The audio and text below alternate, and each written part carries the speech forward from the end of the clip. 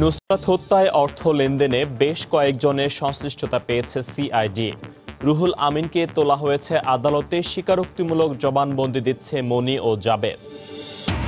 বেগম জিয়ার প্যারোলে মুক্তির বিনিময়ে বিএনপির শপথ নেয়ার বিষয়টি গুঞ্জন বললেন মির্জা ফখরুল। এটি নিয়ে রাজনীতি করা বাজে দৃষ্টান্ত মন্তব্য হানিফের। এবং বিশ্বের সঙ্গে মিল রেখে একই দিনে রোজা ও ঈদসহ ধর্মীয় রীতি পালনে ওআইসির সিদ্ধান্ত বাস্তবায়নের দাবি আলেমদের, হাইকোর্টে রিটের ঘোষণা।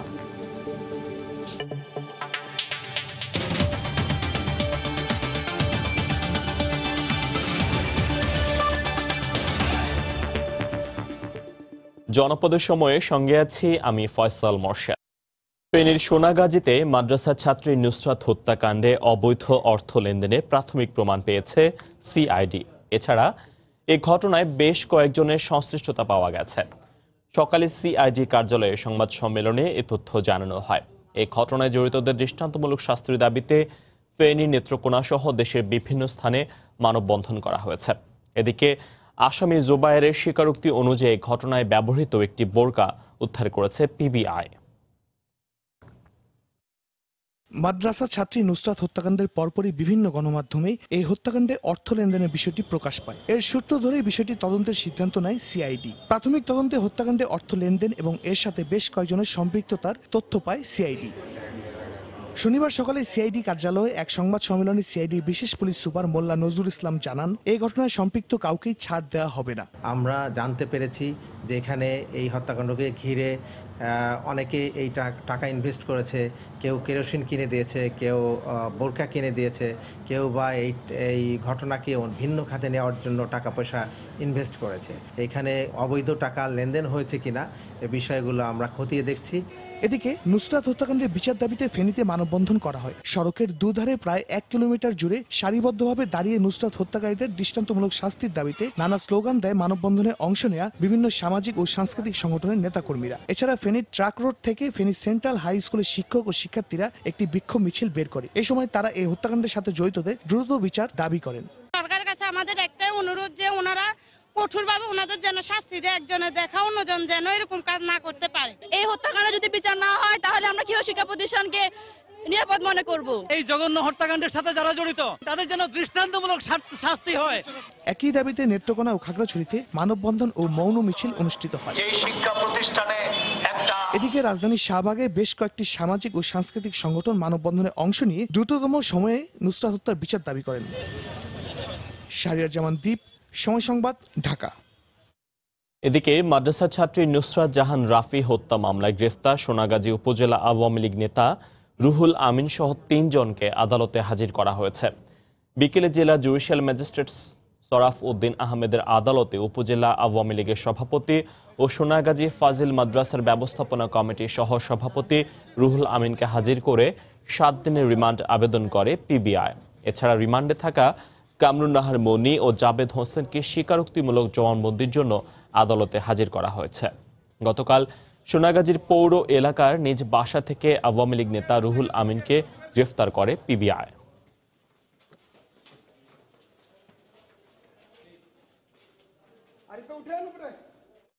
এদিকে নুসরাত জাহান রাফি হত্যার ঘটনায় গঠিত পুলিশ সদর দফতরের তদন্ত দলের কাজ শেষ হয়েছে। আগামী 7 কার্যদিবসের মধ্যে তদন্তের প্রতিবেদন দাখিল করা হবে। জনপদের সময়ে আরও থাকছে, রোজা সামনে রেখে চট্টগ্রামের খাতুনগঞ্জে বেড়েছে ছোলা, আদা ও রসুনের দাম, কৃত্রিম সংকট সৃষ্টির অভিযোগ।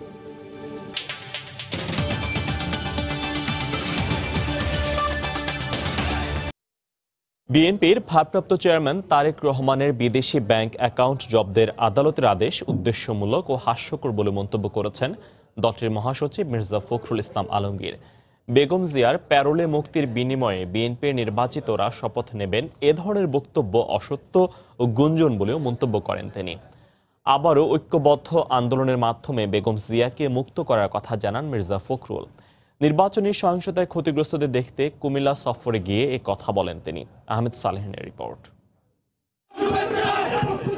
একাদশ জাতীয় সংসদ নির্বাচনকে কেন্দ্র করে সহিংসতায় ক্ষতিগ্রস্ত বিএনপি নেতাকর্মীদের দেখতে ও আর্থিক সহায়তা দিতে কুমিল্লা আসেন বিএনপি মহাসচিব মির্জা ফখরুল ইসলাম আলমগীর। বুড়িচংয়ে এক পথসভায় বক্তব্য রাখেন তিনি। এরপর কুমিল্লা শহরের চুয়াড়ায় বিএনপি চেয়ারপারসনের উপদেষ্টা মনিরুল হক চৌধুরীর বাসভবনে সাংবাদিকদের সঙ্গে মতবিনিময় করেন তিনি। মির্জা ফখরুল বলেন, তারেক রহমানের ব্যাংক অ্যাকাউন্ট জব্দের আদেশ উদ্দেশ্যমূলক। বেগম জিয়ার প্যারোলে মুক্তি ও নির্বাচিতদের সংসদে যোগ দেওয়ার বিষয়টি গুঞ্জন বলে মন্তব্য করেন তিনি। গুঞ্জন তো সত্য নয়। আশা করি যে বাংলাদেশে বসে বাংলাদেশের কোন আদালতে তার বিদেশের কোন অ্যাকাউন্ট বন্ধ করতে বলবে, তার অ্যাকাউন্ট আছে কিনা তাও আমরা জানি না, এবং সেটা কোর্টও জানে কিনা জানি না। সেখান থেকে এটাকে আমার কাছে মনে হয়েছে যে এটা অত্যন্ত উদ্দেশ্য প্রণোদিত একটা আদেশ। পরে সেখানে এক সভায় বক্তব্য রাখেন মির্জা ফখরুল। বলেন, ক্ষমতায় না থাকলে আওয়ামী লীগের চিহ্ন থাকবে না জেরেই জোর করে টিকে থাকার চেষ্টা করছে তারা। এই সরকার তারা জনগণ থেকে সম্পূর্ণ বিচ্ছিন্ন হয়ে গেছে, জনগণ তাদের সঙ্গে নাই। সেই ধরনেই তারা বন্দুক পিস্তল নিয়েই তারা আজকে জোর করে ক্ষমতা দখল করে থাকতে চায়। গণতন্ত্রকে রক্ষার জন্য, দেশ ও নেত্রীকে মুক্ত করবার জন্য এবং বাংলাদেশের সত্যিকার অর্থে জনগণের একটা সরকার প্রতিষ্ঠা করবার জন্য আমাদেরকে লড়াই করতে হবে, সংগ্রাম করতে হবে। আমি বিশ্বাস করি যে একমাত্র লড়াই সংগ্রাম এর মধ্য দিয়েই আমরা দেশ ও নেত্রীকে মুক্ত করতে পারবো এবং দেশে গণতন্ত্রকে ফিরিয়ে আনতে পারবো। সভা শেষে ক্ষতিগ্রস্ত 95 জন নেতাকর্মীর মাঝে আর্থিক সহায়তা তুলে দেন মির্জা ফখরুল। আহমেদ সালেহীন, সময় সংবাদ, কুমিল্লা। সংসদ সদস্য হিসেবে শপথ নেয়ার সঙ্গে দণ্ডপ্রাপ্ত কারাবন্দীর মুক্তির বিষয়টি মেলানো বাজে দৃষ্টান্ত বলে মন্তব্য করেছেন আওয়ামী লীগের ভারপ্রাপ্ত সাধারণ সম্পাদক মাহবুবুল আলম হানিফ। দুপুরে রাজধানীর ধানমন্ডিতে দলীয় সভাপতির কার্যালয়ে দলের সম্পাদক মণ্ডলীর সভা শেষে এ কথা বলেন তিনি। হানিফ বলেন, বেগম জিয়ার মুক্তি একমাত্র আইনি পথেই সম্ভব। একজন দণ্ডপ্রাপ্ত কয়েদির মুক্তির বিষয়টা আইনি প্রক্রিয়ার মাধ্যমেই সম্পন্ন করতে হবে, এর বাইরে যাওয়ার কোনো সুযোগ নেই। বিএনপির পক্ষ থেকে বা বেগম খালেদার পক্ষ থেকে এখন অবধি স্বরাষ্ট্র মন্ত্রণালয় কোনো আবেদন করেছেন বলে আমাদের জানা নেই। দণ্ডপ্রাপ্ত কয়েদির মুক্তি বা জামিনের সঙ্গে সম্পৃক্ত হতে পারে না। যে ভোটাররা তাকে ভোট দিয়েছেন সেই ভোটারদের প্রতি দায়বদ্ধতা থেকে তার সংসদে যাওয়া উচিত। বেগম খালেদার জামিন নিয়ে এই জাতীয় সংসদের শপথ না নেওয়ার দরখাস্ত করছেন, এটা একটা খুব বাজে দৃষ্টান্ত হিসেবে বাংলাদেশে থাকবে। বঙ্গবন্ধুর নামে বৃত্তি প্রতিযোগিতা আয়োজন করে লাখ লাখ টাকা হাতিয়ে নেয়ার অভিযোগ উঠেছে। নিয়ম অনুযায়ী জাতির জনক বঙ্গবন্ধু শেখ মুজিবুর রহমান মেমোরিয়াল ট্রাস্টের কোনো অনুমোদন নেওয়া হয়নি। শিক্ষা উপমন্ত্রী জানিয়েছেন, বঙ্গবন্ধু থিম ও থিঙ্ক পার্ক নামের সংগঠনটির বিরুদ্ধে আইনগত পদক্ষেপ নেবেন তারা। সাইদুল ইসলামের ছবিতে আতিকুর রহমান তমালের অনুসন্ধান। টাকা দেয় নাই, এই যে একটা বাটপারি। যেহেতু আয়োজনটা বঙ্গবন্ধুর নামে, তাই ক্যামেরার সামনে অভিযোগ জানাতে রাজি নন স্কুলের শিক্ষক ও অভিভাবকেরা। দিতে পারবার আরো 300-400 টাকা খরচ করাইলো, অ্যাকাউন্ট খোলাইলো, ছবি তুললো। এই 1 বছর গিয়ে আবার এই যে 1.5 বছর করে আছে, তো টাকা তো দেওয়ার খবরই নাই। ঘটনা গত বছরের শুরুর দিকের। বঙ্গবন্ধু থিম ও থিঙ্ক পার্ক নামের সংগঠনটি রাজধানীর বিভিন্ন স্কুলে গিয়ে শিক্ষার্থীদের কাছে 100 টাকার বিনিময়ে একটি ফর্ম বিতরণ করে। এতে বঙ্গবন্ধুকে নিয়ে 25টি প্রশ্নের উত্তর করতে বলা হয়। শুধু ধানমন্ডি কামরুন্নেসা বিদ্যালয়ে ফর্ম ও নিবন্ধন ফির নামে তোলা হয় প্রায় 1 লাখ টাকা। গত বছরের জুন থেকে 5 ক্যাটাগরিতে বৃত্তি দেওয়ার কথা ছিল, কিন্তু টাকা মেলেনি আজও। দিয়েছে কাউকে দিয়েছে? টাকা মিলবে কবে সেটি জানতে আমাদের অনুরোধে ফর্মে থাকা নাম্বারগুলোতে ফোন করেন স্কুলের শিক্ষকেরা, কিন্তু সেই পুরনো টালবাহানা। সব বাচ্চারা ফর্ম কিনছে, আপনি তো টাকাটা দিতে হবে ভাই। কামরুন্নেসা ছাড়াও ধানমন্ডি, আজিমপুর ও তেজগাঁওয়ের 3টি বালিকা বিদ্যালয়, শেখ জামাল, নাখালপাড়া, KM বশির, নবকুমার সহ 12টি স্কুলে চালানো হয় তথাকথিত এই বৃত্তি প্রতিযোগিতা। এসব অভিযোগ নিয়ে ফর্মে থাকা ঠিকানা ধরে কথিত ওই থিম পার্কের সন্ধানে গাজীপুরের কালীগঞ্জে যাই আমরা। সংগঠনের নেপথ্যে রয়েছেন এই 2 নারী। তাদের দাবি, তারা নিজেদের জমিতে পার্ক নির্মাণ করছেন এবং ট্রাস্টের সাবেক কোষাধ্যক্ষ এসবের অনুমতি দিয়েছেন। ইতিমধ্যেই 40টি স্কুলে চালানো এই কার্যক্রম পর্যায়ক্রমে দেশের সকল স্কুলে চালানোর আশা করেন তারা। আমরা বিভিন্ন স্কুলে কিন্তু বৃত্তি দিচ্ছি। বঙ্গবন্ধু ট্রাস্টের বা সরকারের অনুমতি লাগে? না, সরকারের অনুমতি না, ট্রাস্টের অনুমতি লাগে। হ্যাঁ, সেক্ষেত্রে অবশ্যই আমরা অনুমতি নিচ্ছি। আমরা একটা স্কুল থেকে নিয়ে এই স্কুলে দিই, এইভাবেই এখন চলতেছি। যদিও বঙ্গবন্ধু ট্রাস্ট লিখিতভাবে জানিয়েছে সংগঠনটির অনুমতি নেই, অনুমতি প্রদানের কোনো এখতিয়ার নেই কোষাধ্যক্ষেরও। সাবেক কোষাধ্যক্ষ AM রফিক যেহেতু মারা গেছেন, তাই তার স্বাক্ষর জাল করা হয়েছে কিনা সেটি নিয়েও সন্দেহ জানায় ট্রাস্ট। সব শুনে শিক্ষা উপমন্ত্রী জানিয়েছেন, এ ধরনের কর্মকাণ্ড বন্ধে দেশের সকল স্কুলকে নোটিশ দিয়ে সতর্ক করবেন তারা। এখানে যদি দেখা যায় কেউ অর্থ লোপাট করেছে, অর্থ নিয়েছে, সেই অর্থ ফেরত দিতে হবে। অর্থ যদি ফেরত দেওয়া না হয়ে থাকে তখন কিন্তু সেটা ফৌজদারি অপরাধ হিসেবে দণ্ডবিধির প্রচলিত বিধান অনুসারে আমরা ব্যবস্থা নেব। সংশ্লিষ্টরা বলছেন বঙ্গবন্ধুকে নিয়ে অনেক আবেগ ও ভালোবাসা রয়েছে এই জাতির, সেই আবেগকে নিয়ে কেউ যাতে অন্যায় সুবিধা আদায় করতে না পারে সেটি দেখার দায়িত্ব রাষ্ট্র, জনগণ সকলের। আতিকুর রহমান তামাল, সময় সংবাদ, ঢাকা। জনপদের সময়ে আরো থাকছে, তীব্র গরমে পর্যটন শহর কক্সবাজারে ডায়রিয়া সহ নানা রোগের প্রকোপ, সেবা দিতে হিমশিম খাচ্ছেন চিকিৎসকরা, বাড়তি সতর্কতার পরামর্শ।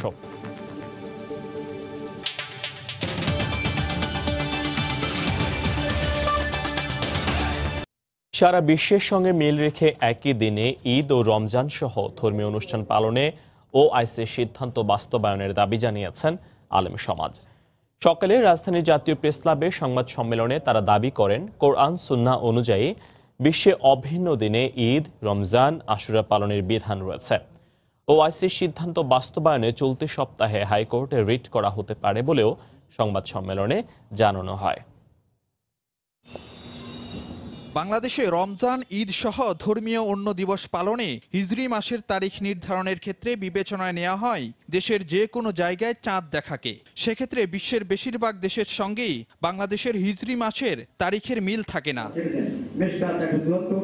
1986 সালে স্থায়ী সদস্যদের ঐক্যমত্যের ভিত্তিতে মুসলিম দেশগুলোর সংগঠন ওআইসি সিদ্ধান্ত নেয় বিশ্বের যে কোনো দেশে চাঁদ উঠলেই স্থানীয় সময় অনুযায়ী একই দিনে রোজা ও ঈদ পালন করার। শনিবার রাজধানীতে এক সংবাদ সম্মেলনে সারা বিশ্বের সঙ্গে মিল রেখে একই দিনে রোজা ও ঈদ পালন করার দাবি জানান আলেমদের একটি অংশ। তারা বলেন, বিশ্বের অন্য মুসলিম দেশগুলো ওআইসির সিদ্ধান্ত মেনে নিলেও বাংলাদেশে এখনো তা কার্যকর হয়নি। ভারত, বাংলাদেশ, পাকিস্তান এই তিনটি দেশ ছাড়া পূর্বে পশ্চিমে সবাই একই তারিখে করে। কোরআন সুন্নাহর থেকে উৎকলিত উচ্চারিত গবেষণালব্ধ বহুদিনের পরিশ্রমের ফল আমরা ওআইসি ফিকহ একাডেমির মুফতিগণের সেই সিদ্ধান্তকে মেনে নিব। সংবাদ সম্মেলনে বলা হয়, কোরআন হাদিসে রোজা ও ঈদের ক্ষেত্রে চাঁদ দেখার বিধান থাকলেও তা নির্দিষ্ট কোনো স্থানে দেখার বাধ্যবাধকতা নেই। এগুলো নিয়ে আমি গা জুড়ি করে যদি বসে থাকি তাহলে কি মুসলিম উম্মা কথাটা কি আঞ্চলিক? মুসলিম উম্মা কথাটা হচ্ছে সারা বিশ্ব নিয়ে। তোমরা একই দিনে সবাই রোজা শুরু করবে আর একই দিনে তোমরা রোজা শেষ করবে, এটা তো একটা হাদিস। এই হাদিসটা আমরা মানছি না। পৃথিবীর যে কোনো মুসলিম দেশে চাঁদ দেখা গেলে আমরা ধরে নেব সমস্ত উম্মতের পরে সেটা জারি হয়ে গেল। আশা করি এই ঘোষণাটা প্রধানমন্ত্রী দেখবেন। ওআইসির সিদ্ধান্ত বাস্তবায়নে চলতি সপ্তাহেই হাইকোর্টে রিট করার ঘোষণা দেওয়া হয় সংবাদ সম্মেলনে। আগামী 2-1 দিনের মধ্যে ইনশাআল্লাহ আমরা হাইকোর্টে রিট করব। সারা বিশ্বে একই দিনে রোজা ও ঈদ পালন হলে মুসলিম বিশ্বের ভ্রাতৃত্ব আরো জোরদার হবে বলেও মন্তব্য করা হয় সংবাদ সম্মেলনে। ফারুক ভূঁইয়া, রবিন, সময় সংবাদ, ঢাকা। পর্যাপ্ত সরবরাহ ও আন্তর্জাতিক বাজারে প্রতি টনের বুকিং রেট $7 কমলেও দেশের বাজারে নিয়ন্ত্রণে আসছে না ছোলার দাম। চট্টগ্রামের খাতুনগঞ্জের পাইকারি বাজারে এক সপ্তাহের ব্যবধানে সব ধরনের ছোলার দাম কেজিতে 3 থেকে 5 টাকা পর্যন্ত বেড়েছে। বাড়তি আদা ও রসুনের দামও। বিস্তারিত জানাচ্ছেন কমল দে। পবিত্র রমজান মাসে ইফতারের অন্যতম অনুষঙ্গ ছোলা, আর যে কারণে এ মাসকে কেন্দ্র করে চলে ছোলার বাজার। বিগত বছরগুলোর মতো এই বছরও রোজা শুরুর আগে থেকেই দেশের বৃহত্তম পাইকারি বাজার খাতুনগঞ্জে ছোলার দাম ঊর্ধ্বমুখী। গত এক মাসে রপ্তানিকারক দেশ অস্ট্রেলিয়ায় প্রতি টন ছোলার বুকিং রেট $640 থেকে কমে $580 এসে দাঁড়িয়েছে। কিন্তু কৃত্রিম সংকটের কারণে এক সপ্তাহে প্রতি কেজি ছোলার দাম 5 টাকা করে বেড়ে গেছে। ছোলা চাহিদার তুলনায় প্রচুর সরবরাহ আছে, তারপরও বাজারটা আপনার 5 থেকে 6 টাকা করে কেজিতে বেড়ে গেছে। সরবরাহ ঘাটতির অজুহাত দেখিয়ে কেজি প্রতি 5 টাকা বাড়ায় আদা 70 টাকা এবং রসুন 90 টাকা দরে বিক্রি হচ্ছে। তবে সাধারণ মানে পেঁয়াজের দাম এই সপ্তাহে কেজিতে 1 টাকা কমেছে। এই সপ্তাহে ধরেন আদাটা আপনার 2-3 টাকা বাড়ছে কেজিতে, আর রসুন 80-82 টাকা ছিল, আজকে 88-90 টাকা বিক্রি করতেছে আর কি। আর পেঁয়াজটা একটু আমদানি বেশি, এর জন্য গত সপ্তাহ থেকে এই সপ্তাহে 1 টাকা আটানো একটু কমতে দিবে। বেশ কিছুদিন ধরে চিনির দাম বাড়লো। এই সপ্তাহে মন প্রতি কমেছে 20 টাকা। রমজানে চিনি বাজার বাড়ার তেমন কোনো আশঙ্কা নেই, পর্যাপ্ত চিনি আছে। তারপরও যেহেতু বাড়তি চাহিদা হয় সেই কারণে হয়তো 10-20 টাকা প্রতি মনে বাড়া কমার মধ্যে থাকবে বাজার। এদিকে এই সপ্তাহ মন প্রতি 20 থেকে 25 টাকা কমেছে সব ধরনের ভোজ্য তেলের দাম। লিটার প্রতি 8 আনা করে, কেজি প্রতি পাম অয়েল, সুপার, সয়াবিন সব কিছু তো কমেছে। আন্তর্জাতিক বাজার কম এবং সরবরাহ প্রচুর আছে, যার বিদায় বাজার কমতির দিকে। পবিত্র রমজানকে সামনে রেখে চট্টগ্রামের পাইকারি ভোগ্য পণ্যের বাজারে বর্তমানে প্রতিদিন 1 থেকে 150 কোটি টাকার অতিরিক্ত পণ্য বিক্রি হচ্ছে। পাইকারি পর্যায়ে ভোগ্য পণ্যের দাম বাড়ানোর ক্ষেত্রে একের পর এক যুক্ত হচ্ছে অজুহাত। প্রথমে বলা হয়েছিল সরবরাহ ঘাটতি, সেটিও কেটে গেছে। এরপর বলা হয়েছে পয়লা বৈশাখে চাহিদা, তাও কাটলো। এখন বলা হচ্ছে আসন্ন পবিত্র শবে বরাতের কারণে চাহিদা বাড়ায় কিছু কিছু ভোগ্য পণ্যের দাম বাড়ানো হচ্ছে, কিন্তু এখনও রমজান অনেকটা বাকি। চট্টগ্রামের খাতুনগঞ্জ থেকে কমল দে, সময় সংবাদ। রমজানকে সামনে রেখে চট্টগ্রামে ভোগ্য পণ্যের আমদানি বাড়লেও কিছু কিছু পণ্যের দাম কমছে না। এই বিষয়ে আলোচনা করতে নগরীর কাজী দেউরি থেকে যুক্ত হচ্ছেন সহকর্মী কমল দে। রমজানকে সামনে রেখে কিন্তু ব্যাপক আকারে আমদানি হয়েছে ভোগ্য পণ্য, তারপরও কিছু কিছু পণ্যের দাম বাড়ানো হচ্ছে। এক্ষেত্রে কৃত্রিম সংকটের কথাই বারবার বলা হচ্ছে। বন্দর কর্তৃপক্ষ আমাদেরকে জানিয়েছেন যারা গত 3 থেকে 4 মাস ধরে যেসব ভোগ্য পণ্য আমদানি হচ্ছে সেগুলি যেন ক্রেতা পর্যায়ে পৌঁছে তারা সব ধরনের ব্যবস্থা নিয়েছে এবং বাজারেও কিন্তু যথেষ্ট পরিমাণ সরবরাহ রয়েছে। তারপরে কিছু কিছু ভোগ্য পণ্যের দাম বাড়ছে, সে বিষয়ে আজকে আমরা আলোচনা করব। আজকে আমাদের সাথে উপস্থিত হয়েছেন আলোচনা করার জন্য ডাল মিল মালিক সমিতির সাধারণ সম্পাদক SM মহিউদ্দিন এবং সাথে রয়েছেন ভোক্তা অধিকার নিয়ে কাজ করছেন ক্যাবের চট্টগ্রামের সভাপতি SM নাজের হোসেন। তবে প্রথমে যাব ডাল মিল মালিক সমিতির সাধারণ সম্পাদক SM মহিউদ্দিনের কাছে। আপনাকে স্বাগতম। তা আপনার কাছে জানতে চাইবো, আমরা যতটুকু তথ্য আছে আমাদের কাছে এবার পর্যাপ্ত পরিমাণ ছোলা আমদানি হয়েছে এবং ইন্টারন্যাশনাল মার্কেটও ছোলার বুকিং রেট একেবারে কম, যেটা বলে আমি গত 1 মাসের ব্যবধানে ছোলার বুকিং রেট কমেছে অন্তত $60, যেটি কেজি প্রতি 10 টাকারও বেশি হয়। তাহলে কেন 1 সপ্তাহের ব্যবধানে বাংলাদেশের ছোলার মার্কেটে 5 টাকা করে প্রতি কেজিতে পারলো? 65 টাকা ছোলা কেন এখন 70 টাকা বিক্রি হচ্ছে পাইকারি পর্যায়ে? আমরা আসলে বলতে চাই যে আপনার পাইকারি পর্যায়ে এখানে 65 টাকা ছোলা পাওয়া যাচ্ছে। এখানে ছোলার বিভিন্ন প্রকারভেদ রয়েছে। অস্ট্রেলিয়া থেকে মাল আমদানি হয়, মায়ানমার থেকে মাল আমদানি হয়। আমাদের এখানে 65 থেকে 70 টাকার মধ্যে আপনি ছোলা পাবেন। আর আপনি যে কথা বললেন যে আন্তর্জাতিক বাজারে যে মূল্য কমেছে, আসলে এখন যদি যে মূল্যটা কমেছে, আমরা এখন যদি কোনো মাল ইম্পোর্ট করতে যাই এই মাল আস্তে আস্তে 2 থেকে 2.5 মাস সময় লেগে যাবে। আগে যে মালগুলি এসেছে সে মালগুলি আমাদের এখানে 70 টাকার মধ্যে অলরেডি, এটা আমাদের কস্টিং প্রাইস 70 টাকার মধ্যে, কিন্তু বিগত 2 মাস যাবৎ আমাদের ব্যবসায়ীরা অনেক লোকসান দিয়ে এই মালগুলি বিক্রি করেছে। বর্তমানে আমাদের মার্কেট 65 থেকে 70 টাকা। আমি আশা করি যে আমাদের যদি আমদানি যদি ঠিক থাকে, পবিত্র রমজান মাসে বিশেষ করে ছোলা ডাল জাতীয় দ্রব্যের কোনো মূল্য বৃদ্ধির সম্ভাবনা নেই। আমরা আশা করি এই রমজানে আমরা জনসাধারণ, আমরা ভোক্তা যারা আছি, আমরা সুখে শান্তিতে রমজান পবিত্র করতে পারবো। দাম বাড়ার সম্ভাবনা কম। মহিউদ্দিন ভাই, আপনার কাছে আবার আসবো। এবার আমি এসে ক্যাবের সাধারণ সভাপতি নাজের ভাইয়ের কাছে। নাজের ভাই, আপনার কাছে আমার প্রশ্ন থাকবে, আপনি যে এখন হঠাৎ করে যে কেজি প্রতি 5 টাকা, যেমন তার আগের সপ্তাহে কিন্তু ছোলা বিক্রি হয়েছে 63 টাকা 50 পয়সা পাইকারি বেতন, যেটা ভালো মানের ছোলা। তারপরে সপ্তাহে এসে হলো 65 টাকা, এই সপ্তাহে এসে 70 টাকা। এটাকে আসলে যৌক্তিক মনে হচ্ছে আপনার? না, এটা আসলে খুবই দুর্ভাগ্যজনক।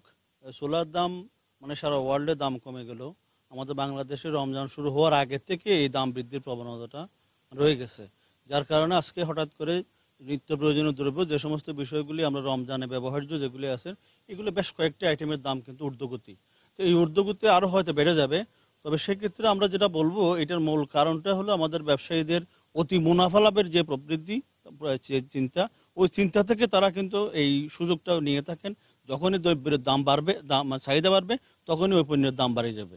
এটা আসলে হওয়া উচিত নয়। আচ্ছা ভাই, আপনার কাছে আবার আসবো। আমি আবার আসি ডাল ব্যবসায়ী মহিউদ্দিন ভাইয়ের কাছে। মহিউদ্দিন ভাইয়ের কাছে জানতে চাই, আপনি যেটা বললেন যে এখন দাম কমেছে, এটি বাজারে আসতে কিন্তু আর 2 মাস, তার মানে আমার রোজা পেরিয়ে যাবে।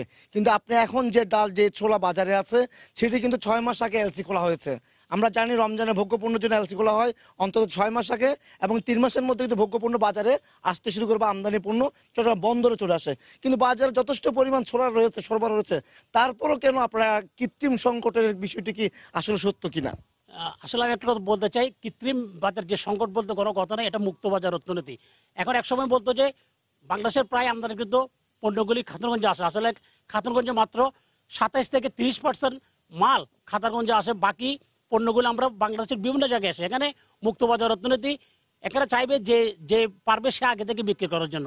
এখানে আমি একটা কথা বলি, চট্টগ্রামের কিন্তু অনেকটা আজকে চট্টগ্রামের ব্যবসায়ীরা বিভিন্ন ষড়যন্ত্রমূলক বৈষম্যের শিকার।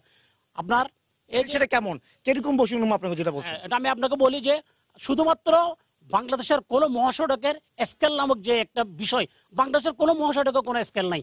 আমার কাছে একটা প্রশ্ন, আমাদের বাংলাদেশের মাননীয় প্রধানমন্ত্রী ব্যবসা বান্ধব সরকার, উনি ব্যবসাদেরকে অত্যন্ত ভালোবাসেন, উনি ব্যাংকের সুদের হার 1 ডিজিটে আনার জন্য বলেছেন, কিন্তু আমরা জানি না কোনো দৃশ্য কারণে এখনো পর্যন্ত ব্যাংক ঋণের সুদের হার কমে নাই।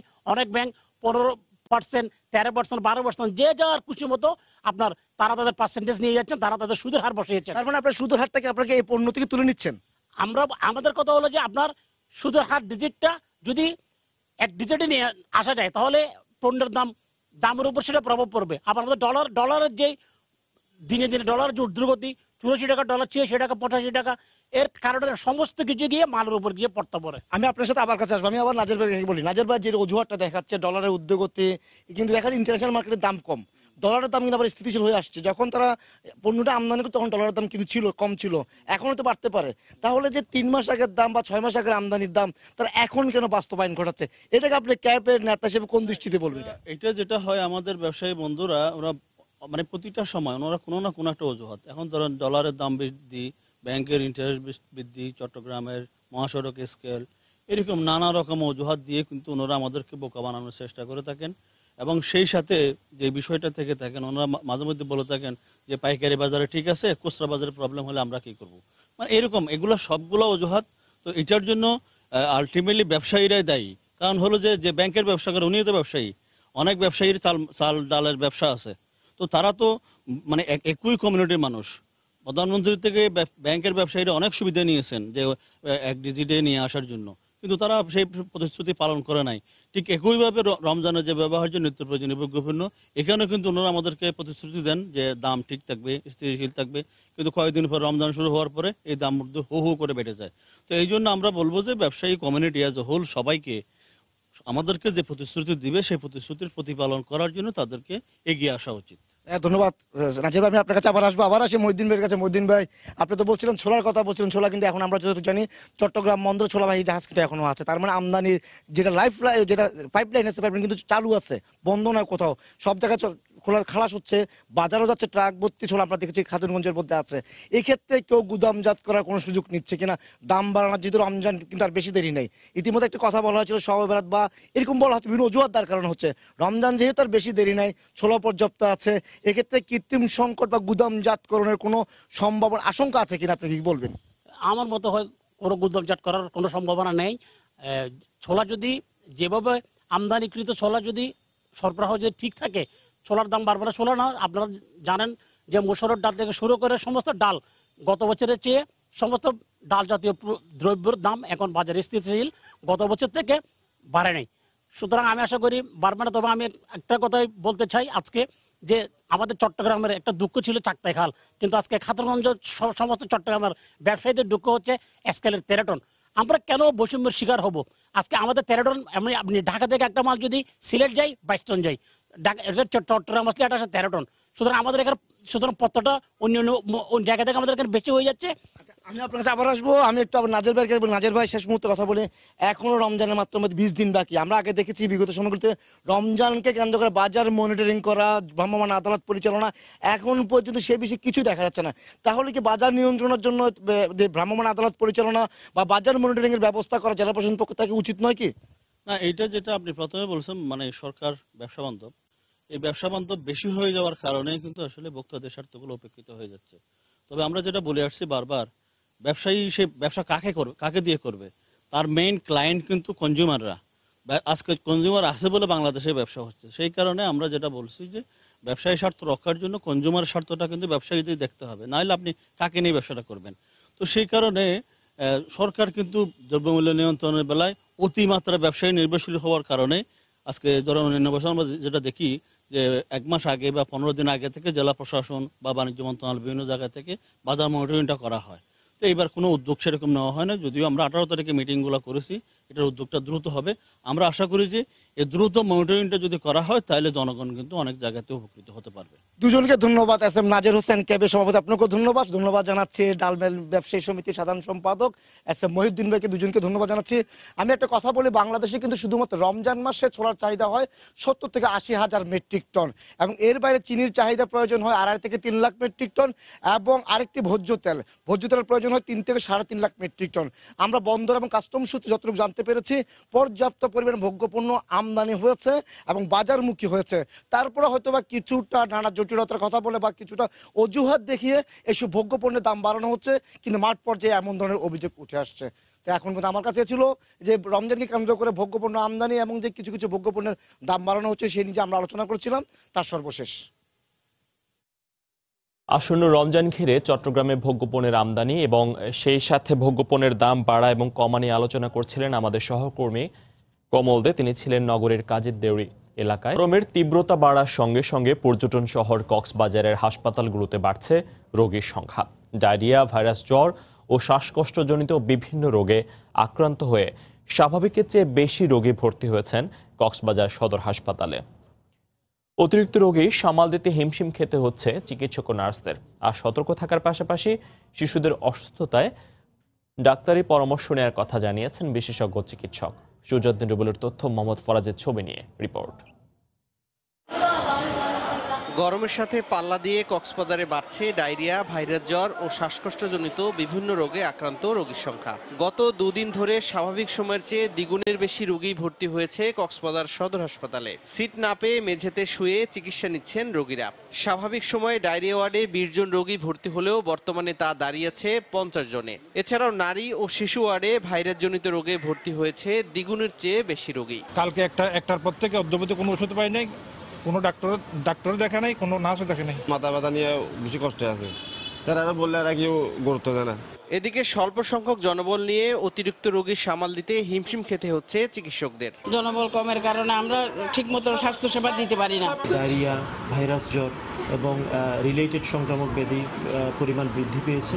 এই অবস্থায় তীব্র গরমে এসব রোগে আক্রান্ত হওয়া থেকে রক্ষা পেতে নানা পরামর্শ দিয়েছেন এই চিকিৎসক। বাইরে থেকে আসলে একটু ফ্যান দিয়ে আপাতত নর্মাল টেম্পারেচার বলবে, তারপরে এসি রুমে ঢুকবে, অথবা ওই রুমে হঠাৎ করে আইসক্রিম খাবে না আর কি, একটু পরে খাবে, ওইরকম করতে হবে। তারপর ওই খাওয়ার আগে আমরা যেটা কমনলি সেটা হচ্ছে হাত ধোয়া অভ্যাসটা করতে হবে। 250 শয্যা বিশিষ্ট কক্সবাজার জেলা সদর হাসপাতালে গত দুদিনে ভর্তি হয়েছে 575 জন রোগী। আর জরুরি বিভাগ ও আউটডোরে চিকিৎসা দেওয়া হয়েছে 1,500-এর বেশি রোগীকে। সময় সংবাদ, কক্সবাজার। জনপদ সময়ের পর্যায়ে শীর্ষ সংবাদ জানিয়ে দিচ্ছি আরেকবার। নুসরাত হত্যায় গ্রেফতার আওয়ামী লীগ নেতা রুহুল আমিন 5 দিনের রিমান্ডে স্বীকারোক্তিমূলক জবানবন্দি দিচ্ছে মনি ও জাবেদ। বেগম জিয়ার প্যারোলে মুক্তির বিনিময়ে বিএনপির শপথ নেয়ার বিষয়টি গুঞ্জন বললেন মির্জা ফখরুল। এটি নিয়ে রাজনীতি করা বাজে দৃষ্টান্ত, মন্তব্য হানিফের। এবং বিশ্বের সঙ্গে মিল রেখে একই দিনে রোজা ও ঈদ সহ ধর্মীয় রীতি পালনে ওআইসির সিদ্ধান্ত বাস্তবায়নের দাবি আলেমদের, হাইকোর্টে রিটের ঘোষণা। এই ছিল এখনকার মতো। যে কোনো খবর পেতে ভিজিট করুন সময়নিউজ.tv। আপনার মোবাইলে সময় সংবাদ দেখতেও সকল খবর পেতে ডাউনলোড করুন সময় অ্যাপ, আর সঙ্গে থাকুন সময়।